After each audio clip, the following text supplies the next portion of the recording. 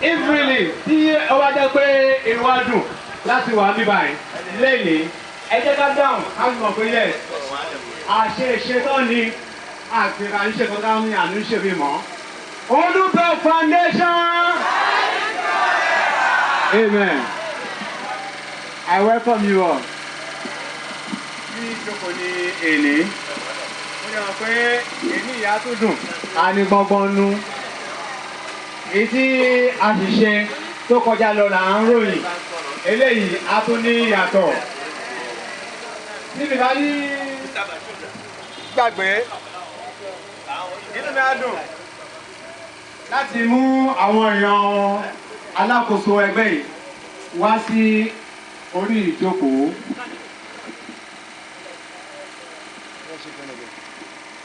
Ààrẹ lè ṣe ká máa ṣe àbí ká mọra wa dénúdénú àmọ́ talent tó ń jẹ́ òwò ni. Màá bẹ̀rẹ̀ látòrí aṣíwájú wa ẹni tí Ọlọ́run fi sí lọ́kàn láti máa rántí àkọsílẹ̀ inú ìwé Tẹsalóníà, títọ́jú opó, títọ́jú àgbà, ṣíṣe iṣẹ́ nínú iṣẹ́ Olúwa, orí Olúwa ló ń ṣiṣẹ́, agbára tiwa náà kọ́. Àwọn náà jẹ́ bí olórí adarí àti àwọn ìsọ̀ǹgbé wọn. Àwọn náà wà ní ìkàlẹ̀ tí ẹ̀ ń wò ní ìjókòó yẹn.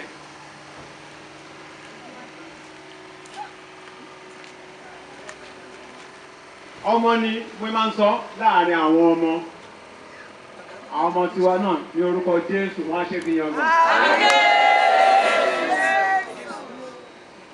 Nígbà tá a bá wà tá a bá tó sí mọ́ àwọn ọmọ wa wọ́n á jẹ́ ọmọ ìlérí. Nínú ìjókòó ilé ni a rí pé ó rorí kí la máa ṣe, kí la lè ṣe fáwọn èèyàn, kí la lè ṣe láti máa rojú rere Ọlọ́run, kí la lè ṣe tó jẹ́ ṣe Olúwa. Ẹlòmíà lọ péjọ kalẹ̀ á ní à òun ti gba agbára ó yá ó jẹ́ kókó kan ní. A ní torí kò fẹ́ ṣe Olúwa. Ẹlòmíà àwọn abèrè pọ̀ tó ń gbọ́ngàn fún ọ̀sẹ̀ ẹ̀kọ́ á lóun fẹ́ ṣiṣẹ́ Olúwa. Ṣùgbọ́n náà tí a fi lè gba ṣiṣẹ́ Olúwa pọ̀ ó lọ́dọ̀ àwọn tí Ọlọ́run pè. Àwọn tá a pè òun lọ́lọ́run yàn. Ọlọ́run ló yàn án ní àkókò yìí. Owó ni ọmọ bí ọmọ èyí tí máa ń pè Ibrahim Ọláwálé Fáyọ̀mí. Ẹ bá mi ṣá wọn látẹ́wọ́. Ẹ pàtẹ́wọ́ bí ọwọ́ lọ́dún.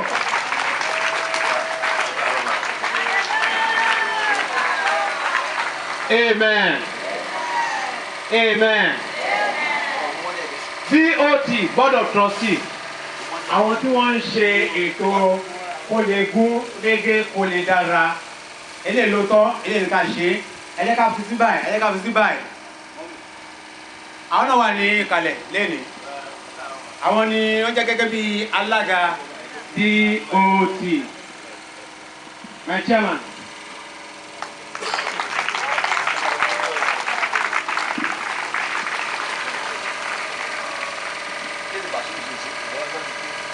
Nínú àwọn màmá wa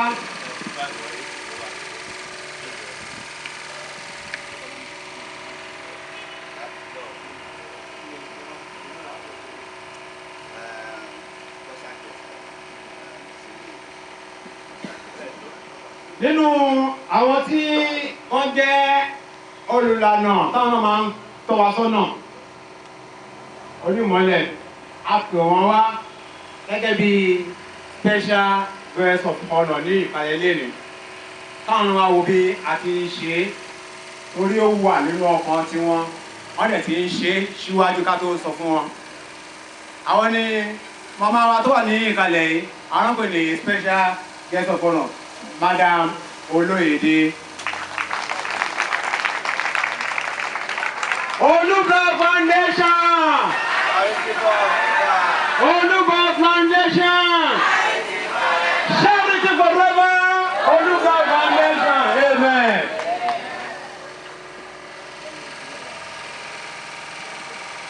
Àwọn ni Those people on the high table you can see today. Nínú àwọn tí ó wà ní orí ìpele gíga ní ọwọ́ wájú tẹ̀ ń wò yìí. Àwọn ni àwọn bàbá wa tí àwọn náà tí wọ́n wà nínú ikọ̀ tí à ń wò yìí tí gbogbo ẹ̀ fi ń gún régé. Àwọn ni ẹrí ní ìkàlẹ̀ yìí. It is compulsory that we must speak in our mother tongue here, because we are addressing majority of our people here. Kí a máa tẹ̀síwájú bí àwọn tó kù ṣe ń dé ọ̀kọ̀ọ̀kan èjì a ó máa fi wọ́n hàn sí ilé tí wọ́n bá fi ṣe wọn ní àtẹ́wọ́. Olúblood Foundation! Olúblood Foundation!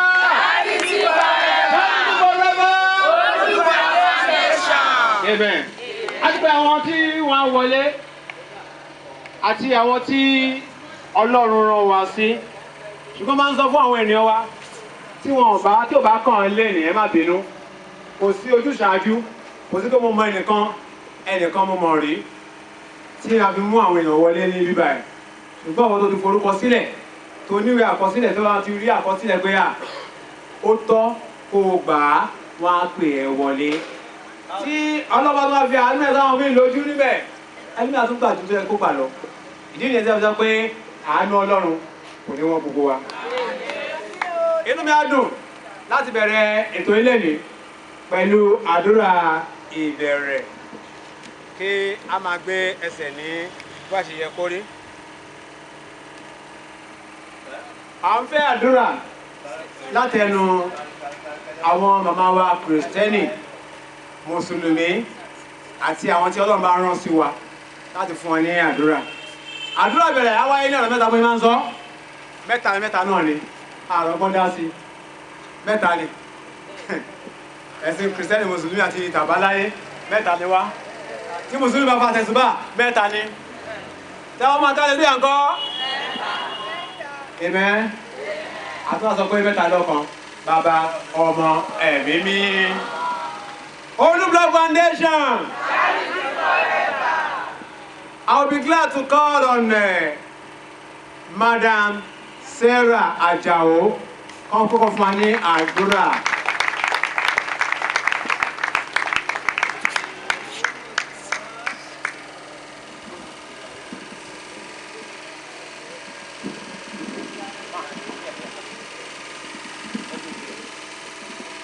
Olúblood Foundation. Wọ́n mi ẹ pé kó kílẹ̀ dáadáa. Olúblood Foundation. À ń gbàdúrà bá a fẹ́ gbàdúrà ìbẹ̀rẹ̀. Gbogbo wa ẹ jẹ́ ká dijú wa.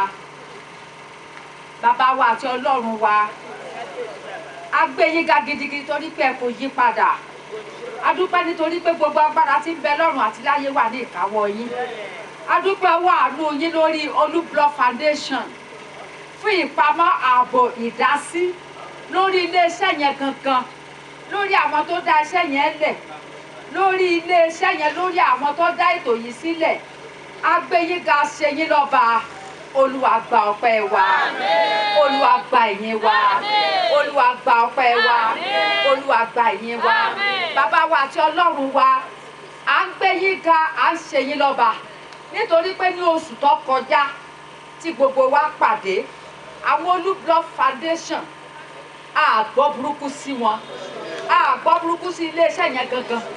Ẹni tó jó lórí iléeṣẹ́ yẹn a gbọ́ burúkú sí wọn. Olódùmarè, àwọn òṣìṣẹ́ wọn a gbọ́ burúkú sí wọn. Àyíká yìí bó tiẹ̀ jẹ́ gbogbo ẹ̀ gbóná díẹ̀díẹ̀ a gbọ́ burúkú sí. Ẹ jẹ́ a fi ògo fún Olúwa. Bàbá wa àti Ọlọ́run wa, a dúpẹ́. Olúwa gba ọpẹ́ wa. Nítorí pé àwa tí wọ́n ń kó jọ náà kì í ṣe wípé ìdajì wa ló wà lónìí kí wọ́n máa gbé àwọn yòókù ńkọ́ wọ́n mọ̀ tí bárayọ̀tì lọ nǹkankan. Gbogbo wa náà tún ní Olúwa gba ọpẹ́ wa. Fún ààbò yín tó dájú lórí àdúgbò Ìyẹ́sí, Olúwa gba ọpẹ́ wa. Àdébí lónìí kí gbogbo ilé ó ti jóná tán tàbí tí wọ́n ti fi igi wó. Olúwa gba ọpẹ́ wa. Fún àwa náà tá a sì wá tá a débí láyọ̀ àtàlàáfíà, Olúwa gba ọpẹ́ wa. Bàbá wa àti Ọlọ́run wa, ètò náà bẹ̀rẹ̀. A gbé ètò yẹn lé yín lọ́wọ́ nítorí pé ẹ̀yin ni olórí ètò.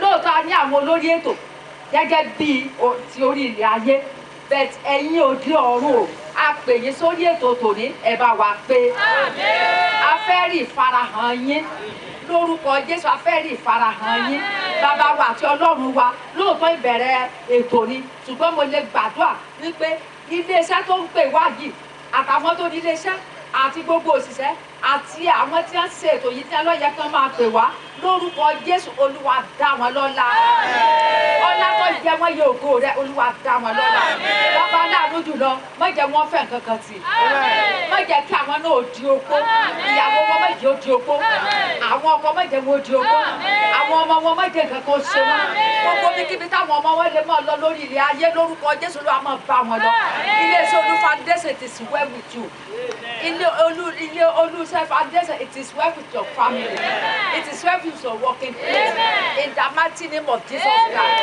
it is well with everything that you are doing God will bless your purse in the mighty name of Jesus mo gbà lágbà Olú Foundation ẹ ṣe product kan nínú iléeṣẹ́ yìí èyí tí ó gbé yín ní gbogbo àgbáyé tí wọ́n fi sọ wá tí wọ́n pè fẹ́ máa ṣe kẹ́kẹ́ máa kó ránṣẹ́ sí wọn ní gbogbo àgbáyé yóò rí bẹ́ẹ̀ ní orúkọ Jésù yóò ṣe bẹ́ẹ̀ ní orúkọ Jésù ní orúkọ Jésù Kristi ni mo gbàdúrà àmín àmín ní orúkọ Jésù. Olú Block Foundation. Olú Block Foundation. Charity forever. Ẹ bá mi pàtẹ́wọ́ fún Jésù. Ẹ jẹ́ kó tẹ. Amen. Mi ò sọ fún ẹ pàtẹ́wọ́ fún mi, adé bá mi pàtẹ́wọ́ fún Jésù. Oh no, hallelujah. À ń tẹ̀síwájú nípa àdúrà torí àdúrà wa ń jẹ́ ọkàn mọ́. Ó ní nígbà tí èṣù kò sùn, ó nígbà gbogbo lọ sí mi. A gbọ́dọ̀ máa wá àdúrà síwájú sí i. Ìdí nìyẹn tí a ń pe àwọn màmá wa alájà ní mọ́tà dáadáa káwọn wá fún wa ní àdúrà Islamic prayer. Olú Block Foundation. Charity forever. Charity forever. Olú Block Foundation. Amen. Amen.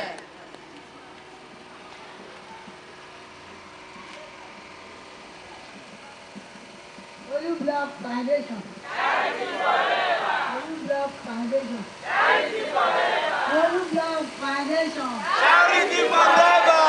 Ẹ bá dúpẹ́ lọ́wọ́ Ọlọ́run. Ẹ bá ń dúpẹ́ lọ́wọ́ Ọlọ́run. Ẹ bá ń ṣọpẹ́ sí i. Ẹ bá ń ṣe ọpẹ́ lórí ẹlẹ́ẹ̀kẹta. A dúpẹ́ fún Ọlọ́run ọba. A dúpẹ́ fún orúkọ kan ní ọjọ́ ìkẹyìn. Láti jẹjọ ni gbogbo wa ti kú òbí. A lè tún padà. Oṣù kan láti kú òbí. A lè tún padà wá síbí lónìí. A dúpẹ́ pé wọn ò fi lẹ́tẹ̀lẹ̀ ránṣẹ́ pé ó ti kú. Àwa dúpẹ́ wípé ọgbà Olú Block yìí Foundation yìí kó máa tún gbòòrò sí i. Àwa fi ọpẹ́ fún Ọlọ́run tó dá wa nítorí pé wọ́n ń ṣe wá láàánú ni. Àánú láti ọ̀dọ̀ àwọn ẹgbẹ́ lọ́dọ̀ àwọn èèyàn ńláńlá náà ti ṣe wá láàánú gbogbo ibi táàánú náà ti wá Ọlọ́run á ṣe gbéga fún wa. Ọlọ́run á máa ràn wọ́n lọ́wọ́. Ọlọ́run á wà pẹ̀lú wọn. Àwọn ṣíàmánù wa pẹ̀lú gbogbo àwọn olóyè wa tá a wà tán wà ń bì wọ́n dẹ̀ ràn wá lọ́wọ́. Ọlọ́run á máa ràn wọ́n náà lọ́wọ́. Ọlọ́run á máa gbé wọn ga. Wọ́n á máa lọ rẹ, wọ́n á máa bọ̀ rẹ. Lágbára Ọlọ́run gbogbo ìgbà tán bá jáde wọn ní jáde lékún lọ́wọ́. Wọn ní jáde láhùn lọ́wọ́. Iṣẹ́ wọn ò ní dìṣẹ́. Olè ara olè ẹ̀mí kò ní jà lọ́wọ́. Lọ́lá Fátíà. Alhamdulillahi rabbil alamin. Arrahmanir rahim. Maliki yawmiddin. Iyyaka na'budu wa iyyaka nasta'in. Ihdinas siratal mustaqim. Siratal ladzina an'amta alaihim. Ghayril maghdubi alaihim waladdallin. Àwa fi ọpẹ́ fún Ọlọ́run pé ọmọ ẹnìkọ̀ọ̀kan wa náà máa lálùbáríkà. Àwọn ọmọ wa máa lálùbáríkà. Irú ẹ̀yẹ tí àwọn Olú Block Foundation ṣe fún wa, àwọn ọmọ wa náà ní ìgbéga. Ọlá iná àtẹ́ná nínú ayé ọmọ ìlera yìí. Iná àtẹ́ná káríkárí sára, bàbá rẹ̀ lọ́wọ́ kàwáyá ní àṣà ìmọ̀ kàwáyá. Olú Block Foundation. Charity forever. inú mi dùn pé a ti ṣe àdúrà tó ń tẹ̀síwájú kò ń sú wa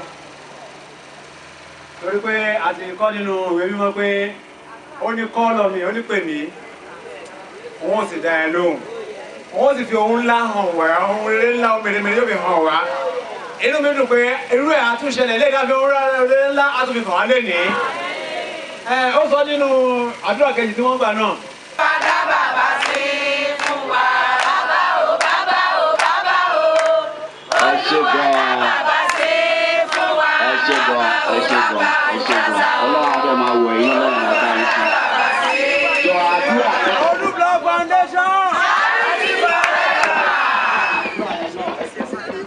Nǹkan tó fẹ́ sọ yìí o tún lè ṣe engineer sí ẹ ò gbọ́ wípé dùkọ́ àti jọ ń bọ̀ àjọ fẹ́ gbádùn ara wa ní December yìí. 55 years la máa mú o ẹ máa fi ṣe gbogbo kóde tá a fẹ́ ṣe o. Then a tún wá ní program fún ọmọ tá a jẹ́ pé ó jẹ́ opó tó yẹ pé láti 45 dé bí a 55 yẹn a máa ṣìṣe yẹn àwọn program a fẹ́ ṣe one of two because bí MD ṣe ń sọ àwọn ẹlòmíín wà tó yẹ pé ó yẹ kó sì lè ṣe kí ni kó sì lè marry ó yẹ kó sì ṣe kò ṣe irú ẹ̀yìn màmá tó yẹ pé agbára ò sí mọ́ àwọn mi wà tó yẹ kó sì lè lọ sí ṣe kí ni ó sì lè lọ wá ọmọ bọ́ọ̀lù kan tó ẹgbẹ́ kan dẹ̀ lè èmi náà dẹ̀ tún wáyàwó tó bá dẹ̀ wọ èjì yẹn.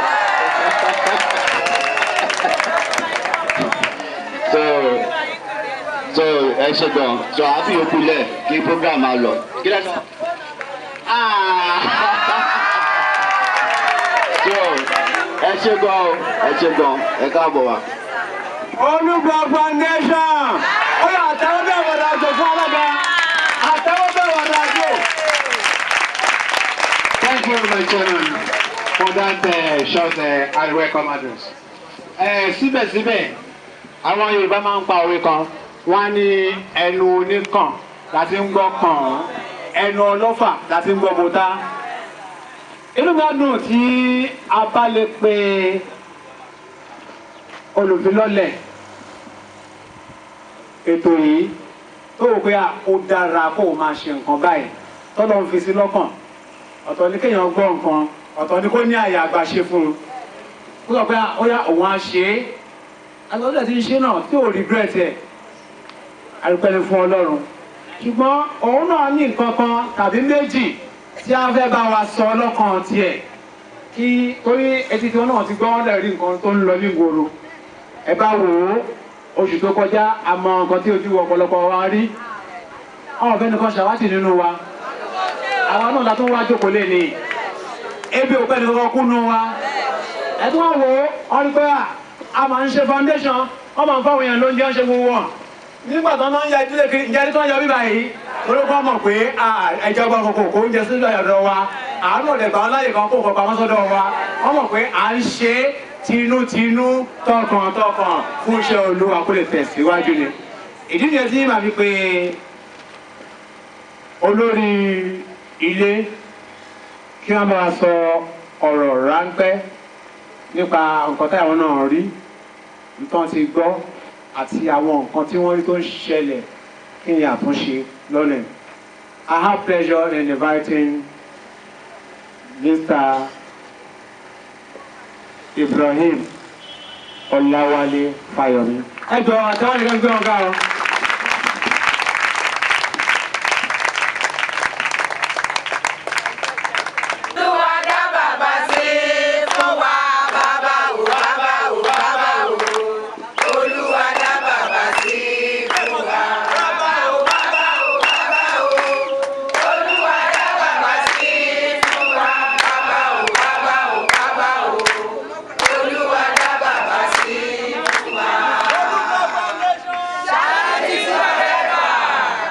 Olúblock Foundation.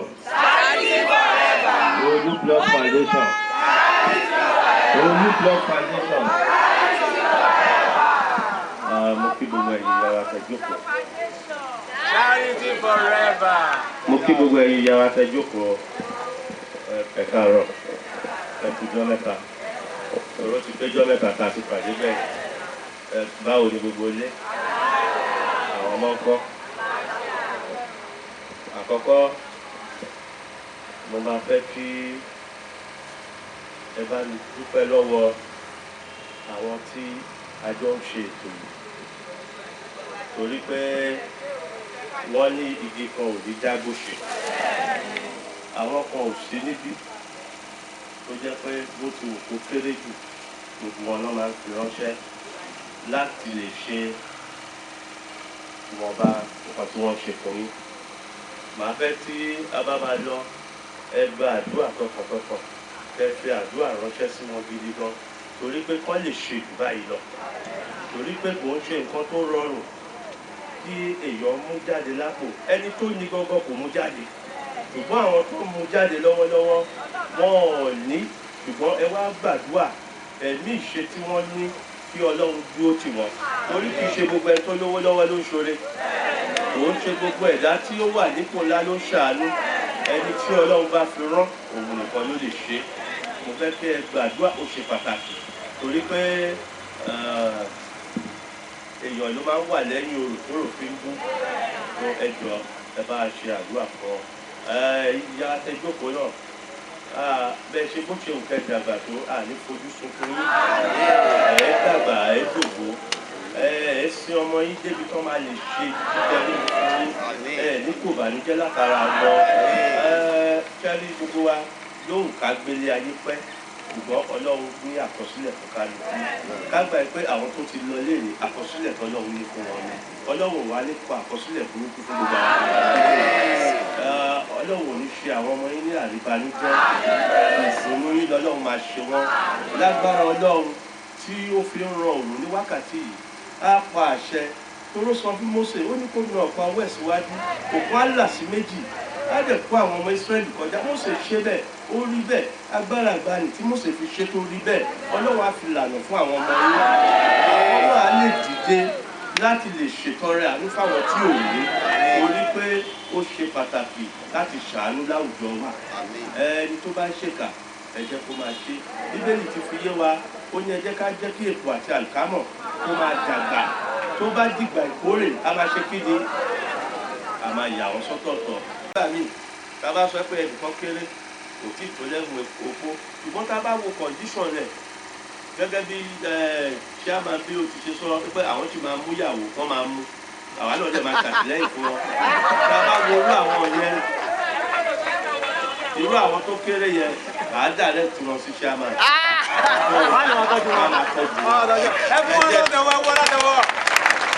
ẹ jọ sẹ́ni tí a bá jọ fi ìmọ̀tí ọ̀kan tá a gbàdúrà tí Ọlọ́run gbé àwọn èèyàn lọ́wọ́ sókè ọdún yìí ti fẹ́ lọ sókè àní bọ́dún lọ.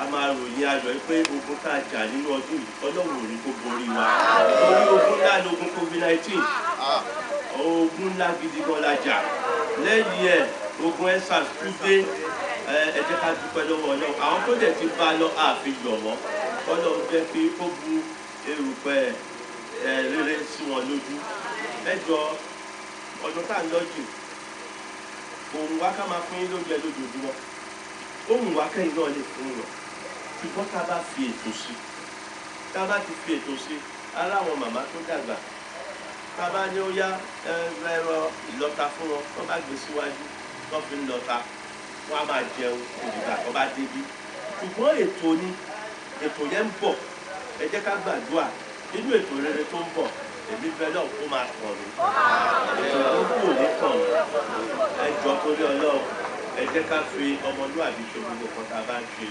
torí àwọn èèyàn wá bíbáyìí náà mo lọ níjọ́ kan wọ́n ànáùsì àwọn foundation kan lórí títí mẹ́ẹ̀ mo kọjá lọ mo rí inú àwọn èèyàn wá mẹ́ nígbà mo wá dúró mo wá ní kọ́lọ̀ gba fọ́ọ̀mù mo wá ní pé wọ́n ní kọ́ sanwó màá sọ 10,000 màá sọ kìíní kan màá sọ tó mo wá rí wọn irú àwọn èèyàn bẹ́ẹ̀ mo rí wọn ṣùgbọ́n mi tí ó wà lára tí wọ́n jẹ́ ká lérò àwọn èèyàn bẹ́ẹ̀ jáde torí olójú kòkòrò ni wọ́n ṣùgbọ́n oore ọ̀fẹ́ Ọlọ́run la fi fi wọ́n lẹ̀ torí pé tí ò bá jẹ́ olójú kòkòrò ni wọ́n kí wọ́n wá kiri ṣùgbọ́n gbà tó débẹ̀ wọn ò lè sanwó wọn sápò bẹ́ẹ̀ ẹ jọ ẹ jẹ́ ká fọwọ́ sí kan bí a bá ń ṣe ẹ jọ torí Ọlọ́run wọ́n máa ákéde ìfún yín nìsín ẹ má jẹ́ kó dìjà ẹ má jẹ́ kó da ẹ̀yin lẹ́ni béèyàn fi tírélà gbóúnjẹ wá dé báyìí nísìn ó máa ju nǹkan tẹ̀ ń gbé lọ léyìí lọ bá a ti máa tún nìyẹn torí pé ó wà wá gan kẹ́ ẹ máa jẹun oṣù kan kẹ́ ẹ má ráyè wá síbí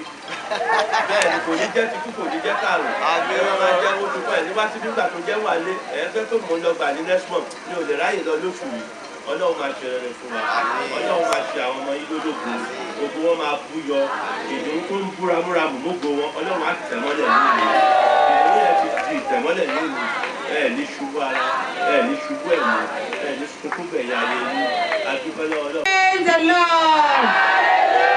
Praise the Lord! Praise the living Jesus!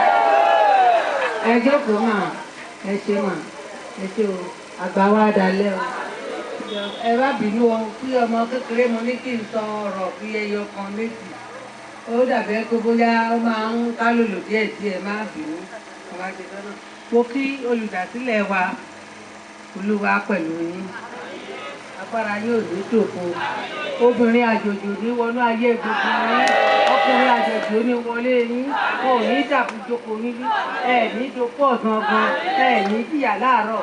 Ẹ ní jìyà lálẹ́. Gbogbo ibi tẹ́ ti mú oru àlùbáríkà yìí. Tẹ́ ẹ fi fún àwọn ìyá wa jẹ. Á dáa fún yín. Ẹ máa rí ṣe. Ẹ máa rí mu. Ẹ máa rí jẹ. Ẹ nílò àlọ́ ọ̀bọ̀. Ẹ nílò àlọ́ ọ̀dọ̀. Ẹ ní wọ mọ́tò àwárí kan. Olódùmarè àtàwọn ọmọ yín kú. Ọmọ yín ilẹ̀ wa iná ló ti máa ka tó ti máa torí ilé ẹ ní fọmọ ọlọ́mọ tí ọmọ lágbára Jésù Kristi á máa pẹ̀lú yín Olódùmarè á pẹ̀lú yín ní orúkọ Jésù Kristi Olúwa wa. Ó wá kí ẹ̀yin ìyá mi ó kí yín gan ẹ kú ìpàdé yìí Olúwa ní fi eléyìí ṣe àṣemọ ẹ má bínú ní gbólóhùn méjì tí mo fẹ́ sọ kó tó okó ní gbogbo wa tí a mọ̀ pé oríṣi okó ló wà. Ó dàbí ẹ̀kọ́ kó bí ó bá kó mẹ́ta kó mẹ́rin kó márùn ṣùgbọ́n àtọ̀rọ̀ lórí méjì àbí mẹ́ta kúrẹ́. Ẹ rí i pé okó míì wà tó jẹ́ pé àfọ́fà àwa tá a jẹ́ okó àwọn bó ṣe rí ní ọkàn ọba èmi náà okó lèmi náà okó kékeré ó ti ẹ̀jẹ̀ pé ó ti lọ bí 20 ọdún kì í ṣe okó lèmi náà. Tó Olúwa Olódùmarè àdúpẹ́ pé a ṣe okó rádaràda.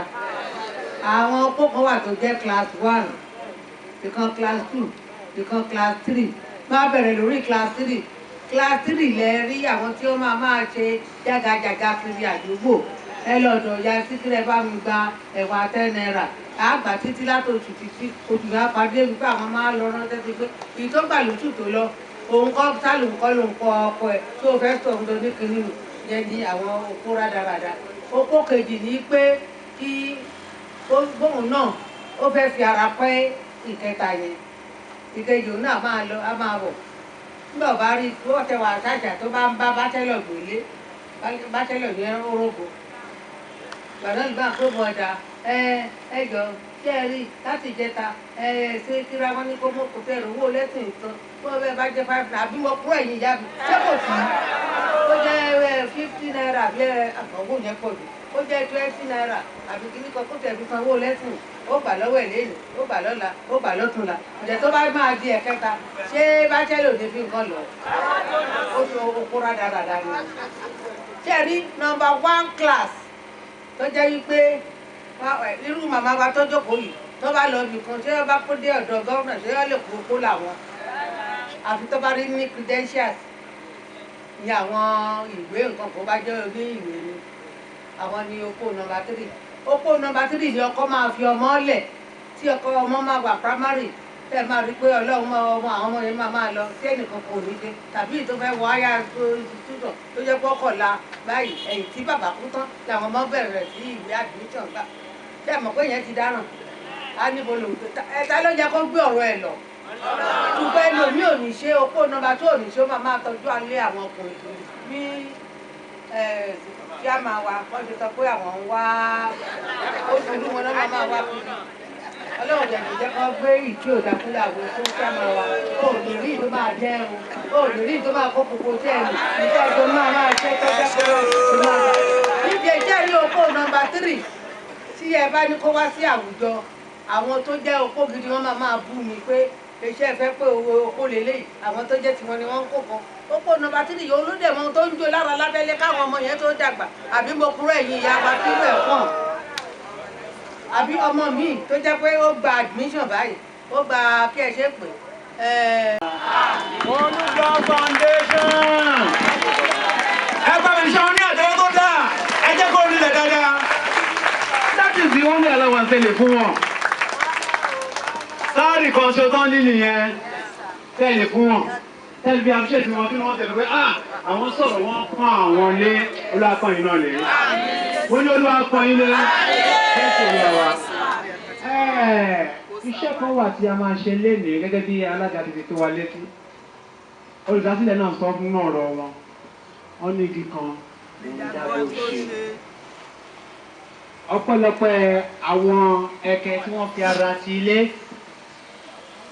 Òun ló jẹ́ kí kíní rọrùn fáwọn ju báwọn ṣẹ̀ṣẹ̀ rò ó lọ. A ní láti gbàdúrà fún wọn. Ṣùgbọ́n kí ni wọ́n ṣe ká kọ́kọ́ rí fúnra wa? Ká bá wà gbà tán inú wa dùn láti gba àdúrà fún àwọn èèyàn wọ̀nyẹn. Ìdí nìyẹn tí mo sọ pé a bá dé ojú iṣẹ́ ṣíṣe là á ṣe é. A ti bọ́ sójú ọ̀gbagadè báyìí. In another part, we are going for distribution of those materials you see. Àwọn nǹkan tí ẹ rí rí à ń fẹ́ máa pín wọn. Ṣùgbọ́n kí a tó pín wọn, inú mi á dùn ní ìfokò tí mo bá wà. Na ọwọ́ ẹ síwájú níbi tí àwọn ẹrù yẹn wà. Olúwa kó bá yà sí mímọ́ kó di púpọ̀ fún ọ lọ́wọ́. Àpò tó ti ń jáde ló má jẹ́ kí bẹ̀rẹ̀ ọgbẹ́ láéláé. Àánú má jẹ́ kó wọ́n lé àwọn tó ń ṣe é.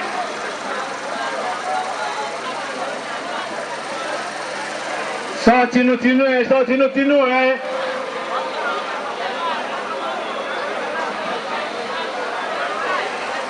Ògo Ọlọ́run kó fún ọ̀rọ̀ ọba ọ̀hún jù báyìí lọ.